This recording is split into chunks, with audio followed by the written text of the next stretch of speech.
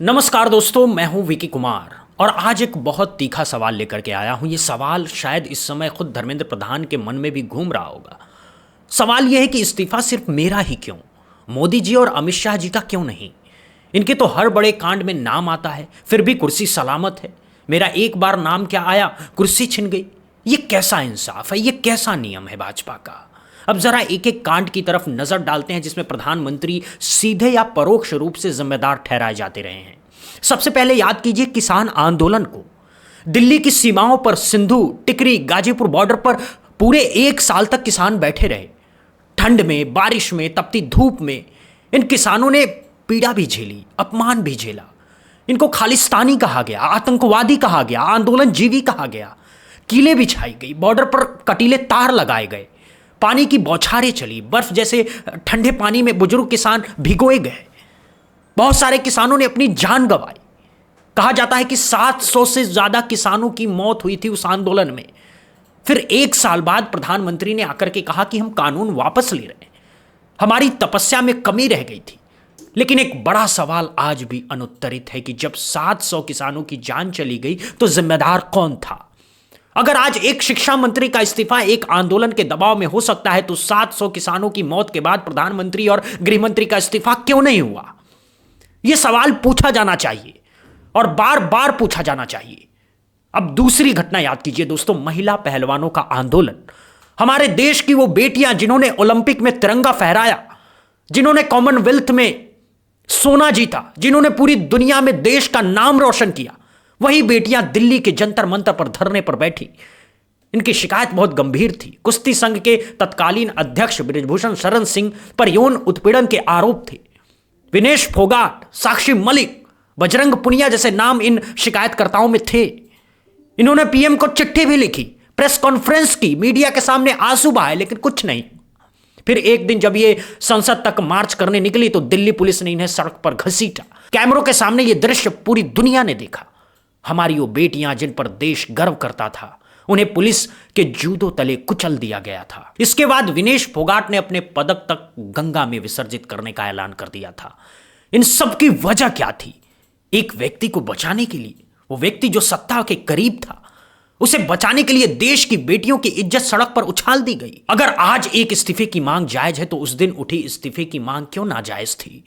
अब तीसरा मामला याद कीजिए, मणिपुर पिछले कई सालों से जल रहा है। 2 समुदायों के बीच जो हिंसा भड़की उसमें 200 से ज्यादा लोगों की जान गई, हजारों घर जले, लाखों लोग विस्थापित हुए, राहत शिविरों में रहने को मजबूर हुए।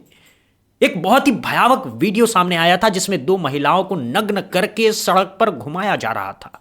यह वीडियो देखकर पूरी दुनिया कांप उठी। इसके बाद भी प्रधानमंत्री महीनों तक चुप्पी साधे रहे, विदेश यात्राओं पर रहे, चुनावी रैलियां की, बड़े बड़े मंचों से भाषण दिए, लेकिन मणिपुर पर एक शब्द नहीं बोला। जब बहुत दबाव पड़ा तो बहुत छोटा सा बयान आया। मणिपुर आज तक शांत नहीं हुआ है, वहां आज भी हालात बिगड़े हुए हैं। अगर एक राज्य महीनों तक जलता रहे और गृह मंत्री कुछ ना कर सके तो नैतिकता के आधार पर इस्तीफा उन्हें देना चाहिए था, लेकिन नहीं दिया गया। चौथा मामला याद कीजिए, बालाकोट के बाद का। पुलवामा में 40 जवान शहीद हो गए थे। आज तक इसकी स्वतंत्र जांच नहीं हुई कि इतनी बड़ी सुरक्षा चूक कैसे हुई, इतना बारूद कैसे कश्मीर घाटी तक पहुंचा, इंटेलिजेंस फेल क्यों हुई। तत्कालीन गवर्नर सत्यपाल मलिक ने खुद कहा कि सरकार ने यह पूरी लापरवाही की और मुझे चुप रहने को कहा गया। यह बयान अभी भी रिकॉर्ड में है। इसके बाद भी किसी ने जिम्मेदारी नहीं ली, न गृह मंत्री ने, न रक्षा मंत्री ने, न प्रधानमंत्री ने। पांचवा मामला याद कीजिए, नोटबंदी का। 8 नवंबर 2016 को रात 8 बजे प्रधानमंत्री टीवी पर आए और घोषणा कर दी कि 500 और 1000 के नोट अब कागज के टुकड़े हो चुके हैं। पूरा देश लाइनों में लग गया। बैंक के बाहर हजारों लोग रोज खड़े होते रहे। कहा जाता है कि इस दौरान लगभग 100 लोगों की जान लाइनों में लगे रहते हुए चली गई। छोटे व्यापारियों का धंधा चौपट हो गया। असंगठित क्षेत्र के करोड़ों मजदूर बेरोजगार हो गए। बताया गया कि काला धन बाहर आ जाएगा, आतंकवाद रुक जाएगा, नकली नोट बंद हो जाएंगे, आर्थिक विकास होगा। अंत में रिजर्व बैंक की रिपोर्ट आई कि 99% से ज्यादा नोट वापस लौट आए। यानी काला धन बाहर नहीं आया, आतंकवाद भी नहीं रुका, अर्थव्यवस्था को झटका जरूर लगा।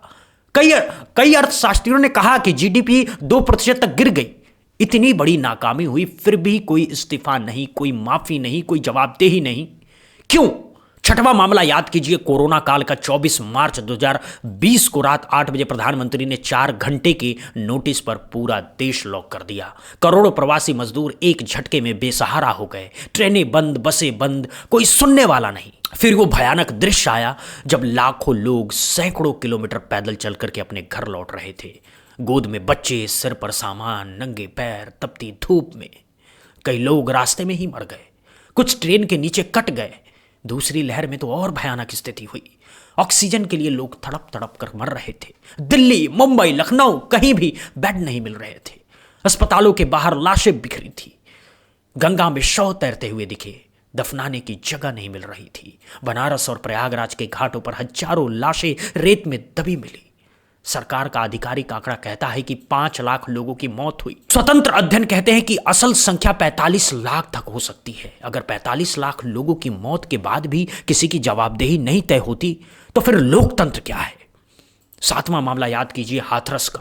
एक दलित बेटी के साथ जो हुआ, फिर उसकी लाश तक परिवार को नहीं मिली। रात के अंधेरे में जला दी गई। प्रशासन ने पूरी घटना पर पर्दा डालने की कोशिश की, गांव को छावनी बना दिया। पत्रकारों को गांव में जाने से रोका गया, इस पर भी कोई इस्तीफा नहीं हुआ। 8वां मामला याद कीजिए, एप्स्टीन फाइल का। अमेरिका में जब एप्स्टीन फाइल सामने आई तो उसमें कई भारतीय और अंतर्राष्ट्रीय नाम थे। कई तरह की अटकलें उठी, कई सवाल पूछे गए। कुछ नामों को लेकर के व्यापक चर्चा हुई, लेकिन इस पर भी कोई साफ जवाब नहीं आया। इन सब मामलों को याद करके एक ही सवाल घूमता फिरता घूम फिर करके सामने आता है, इस्तीफा सिर्फ मेरा क्यों? यही सवाल शायद आज धर्मेंद्र प्रधान के मन में भी होगा। वो सोच रहे होंगे कि मेरा नाम तो सिर्फ नीट पेपर लीक में आया था, कई और लोगों के नाम तो कई और बड़े मामलों में आते रहे हैं, फिर मेरा ही बलिदान क्यों? इस पूरे संदर्भ में कुछ बहुत महत्वपूर्ण बयान सामने आए हैं। पहला बयान शंकराचार्य का था। शंकराचार्य ने कहा कि जिस तरह इन्होंने शेख हसीना को शरण दी है, वैसे ही एक दिन इनको भी किसी दूसरे देश में शरण लेनी पड़ेगी। अब देखिए, बयान बहुत गहरा है। शेख हसीना बांग्लादेश की प्रधानमंत्री है। वहां जब हालात बिगड़े तो अपनी जान बचा करके भारत भाग आई। आज भारत ने उन्हें आश्रय दिया हुआ है। शंकराचार्य का इशारा शायद इसी तरफ था कि अगर सत्ता जनता की सुनवाई न करे तो एक दिन जनता का गुस्सा उसे उसी हाल में पहुंचा देता है। यह कोई हल्की चेतावनी नहीं है। शंकराचार्य के शब्दों को धार्मिक ही नहीं, सामाजिक स्तर पर भी बहुत गंभीरता से ले लिया जाना चाहिए। दूसरा बड़ा बयान उद्धव ठाकरे का था। उद्धव ठाकरे देर रात जंतर मंतर पर पहुंचे और छात्रों में जोश भरते हुए साफ शब्दों में कहा कि सत्ता बदलने की जरूरत है। यानी सिर्फ शिक्षा मंत्री बदलने से काम नहीं चलेगा, पूरी सरकार बदलनी होगी। यह बहुत बड़ा राजनीतिक बयान है। उद्धव ठाकरे मुख्यमंत्री रह चुके हैं, वो जानते हैं कि सत्ता कैसे चलती है। वो कहते हैं कि सत्ता बदलने की जरूरत है, तो इसका मतलब बहुत गहरा है। तीसरा बयान अभिनेता नसीरुद्दीन शाह का था। उन्होंने कहा कि अगर एक अनपढ़ आदमी किसी देश की अगुवाई करे तो वो चाहेगा कि पूरा देश ही नासमझ, नाकाबिल और बेरहम बने। यह बहुत तीखी टिप्पणी है। बिना नाम लिए भी सब समझ जाते हैं कि इशारा किधर है। नसीरुद्दीन शाह देश के सबसे बड़े अभिनेताओं में से एक हैं। अपनी बात रखने की उनकी अपनी शैली है।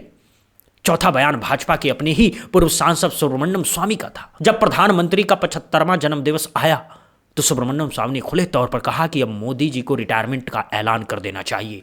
वजह कि भाजपा ने खुद के नियम बनाया था कि 75 साल की उम्र के बाद कोई भी सक्रिय राजनीति में नहीं रहेगा। इसी नियम के तहत लालकृष्ण आडवाणी को मार्गदर्शक मंडल में भेज दिया गया, मुरली मनोहर जोशी को भेज दिया गया, यशवंत सिन्हा को भेज दिया गया, बहुत से बड़े बड़े नेता को किनारे कर दिए गए। तो प्रधानमंत्री खुद इस नियम से बाहर क्यों हैं? क्या नियम सिर्फ दूसरों के लिए है, अपने लिए नहीं? अब आते हैं आज के इस पूरे परिदृश्य पर। कॉकरोच पार्टी ने प्रधानमंत्री के इस्तीफे की मांग कर दी है। सोशल मीडिया पर एक नारा बहुत तेजी से फैल रहा है, अभी तो धर्मेंद्र गए हैं, अब नरेंद्र की बारी है। ये नारा कोई हवाई बात नहीं है, इसके पीछे एक सोच है। वो सोच ये है कि जब देश में हर मोर्चे पर स्थिति खराब हो तो सबसे ऊपर बैठे व्यक्ति की जवाबदेही तय होनी चाहिए। महंगाई देखिए, बेरोजगारी देखिए, शिक्षा की स्थिति देखिए, व्यवस्था की स्थिति देखिए, किसानों की हालत देखिए, छोटे व्यापारियों की हालत देखिए, कहीं भी कोई अच्छी खबर नहीं है। हर मोर्चे पर सरकार का नियंत्रण खोता जा रहा है। ऐसे में सिर्फ एक मंत्री की बलि से क्या हल निकलेगा? जो लोग बड़े फैसले लेते हैं वो इसकी जवाबदेही से कैसे बच सकते हैं? यहां एक पुरानी कहावत याद आती है दोस्तों, बर्बादे गुलिस्ता के लिए बस एक ही उल्लू काफी है। अगर हर डाल पर उल्लू बैठे हों तो अंजाम गुलिस्ता क्या होगा? यही आज हो रहा है दोस्तों। अकेले प्रधानमंत्री नहीं बल्कि हर संस्था में बैठे हुए व्यक्ति एक ही दिशा में काम कर रहा है। हर संवैधानिक संस्था दबाव में है, स्वायत्तता खत्म हो रही है। चाहे चुनाव आयोग हो, चाहे सीबीआई हो, चाहे ईडी हो, चाहे इनकम टैक्स हो, सबका इस्तेमाल एक ही तरीके से हो रहा है। विपक्ष के नेताओं पर छापे पड़ रहे हैं, सत्ता में शामिल होते ही मामले खत्म हो जाते हैं। यह कोई छिपी हुई बात नहीं है दोस्तों। अब कहा जा रहा है दोस्तों कि कांग्रेस जनता पार्टी ने भले ही जंतर मंतर छोड़ दिया हो, लेकिन नए प्लान पर काम चल रहा है। अगला निशाना बहुत मुमकिन है कि नितिन गडकरी हो। एथेनॉल की जो पॉलिसी है उसने पूरे देश की गाड़ी मालिकों को नाराज कर दिया है। अरविंद केजरीवाल इस पर टाउन हॉल कर रहे हैं। तहसीन पूनावाला गाड़ी मार्च करने वाले हैं। टैक्सी एसोसिएशन संसद मार्च की तैयारी में है। यानी एक के बाद एक मोर्चे खुल रहे हैं। अब सवाल यह है कि क्या धर्मेंद्र प्रधान चुप बैठेंगे? बहुत से लोग मान रहे हैं कि नहीं बैठेंगे। कहा जा रहा है कि उन्हें अंदर से इस बात का बहुत मलाल है कि उन्हें बलि का बकरा बनाया गया। बड़े अपराध हुए, बड़े नाम बचे रहे और उन्हें आगे कर दिया गया। अगर धर्मेंद्र प्रधान कभी मुंह खोलते तो पार्टी के अंदर की बहुत सी कड़वी सच्चाई बाहर आ सकती थी। राजनीति में अक्सर ऐसा होता है कि जिन्हें किनारे कर दिया जाता है वो पहले चुप रहते हैं, फिर धीरे धीरे वो असली कहानियां बताने लगते हैं। यशवंत सिन्हा का उदाहरण सामने है, अरुण चौधरी का उदाहरण सामने, अरुण शौरी का उदाहरण सामने है। ये सब भाजपा में बड़े पर्दे पर थे। बाद में इनकी अनदेखी हुई तो इन्होंने खुल करके बोलना शुरू कर दिया। इन्होंने पूरी पार्टी के अंदर की बहुत सी बातें उजागर कर दी। धर्मेंद्र प्रधान का भी वही रास्ता हो सकता है दोस्तों। वो ओडिशा के बड़े नेता हैं, संगठन में लंबा अनुभव है। अगर वो नाराज हैं तो पार्टी को नुकसान पहुंचाने की क्षमता रखते हैं। यहां यह भी समझना जरूरी है कि उनका इस्तीफा सिर्फ आंदोलन के दबाव में नहीं हुआ, उसके पीछे पार्टी की अपनी रणनीति भी थी। अगर धर्मेंद्र प्रधान का इस्तीफा नहीं होता तो अगला निशाना सीधे प्रधानमंत्री और गृह मंत्री होते। इसीलिए यह मध्यम स्तर की बलि दे दी गई ताकि ऊपर की कुर्सी बचाई जाए। यह एक पुरानी तकनीक है रणनीति की। जब बड़ा तूफान आता है तो एक छोटा तिनका फेंक दो, तिनका बह जाएगा और बड़ी नाव बच जाएगी। प्रधान साहब को शायद अब समझ आ रहा है कि वो तिनका थे। अब अगर वो चुप बैठ गए तो कोई और इस्तेमाल कर लेगा। अगर वो बोल पड़े तो कहानी बदल सकती है। बाकी दोस्तों आप बताइए, क्या आपको लगता है कि सिर्फ धर्मेंद्र प्रधान का इस्तीफा काफी है? क्या आपको लगता है कि प्रधानमंत्री और गृह मंत्री की भी जवाबदेही तय होनी चाहिए? क्या शंकराचार्य की बात, उद्धव ठाकरे की बात, नसरुद्दीन शाह की बात, सुब्रमण्यम स्वामी की बात सुनी जानी चाहिए? या ये सब बयान बस समय के साथ हवा हो जाएंगे? क्या धर्मेंद्र प्रधान अब कोई बड़ा खुलासा करेंगे या फिर पार्टी के अनुशासन में बंद करके चुप रहेंगे? अपनी राय कमेंट बॉक्स में जरूर बताइए। वीडियो अच्छी लगी हो तो लाइक और शेयर कीजिए। चैनल पर नए हैं तो सब्सक्राइब जरूर कर लीजिए। मिलते हैं अगली वीडियो में दोस्तों, तब तक के लिए जय हिंद, जय भारत, वंदे मातरम, इनकलाब जिंदाबाद।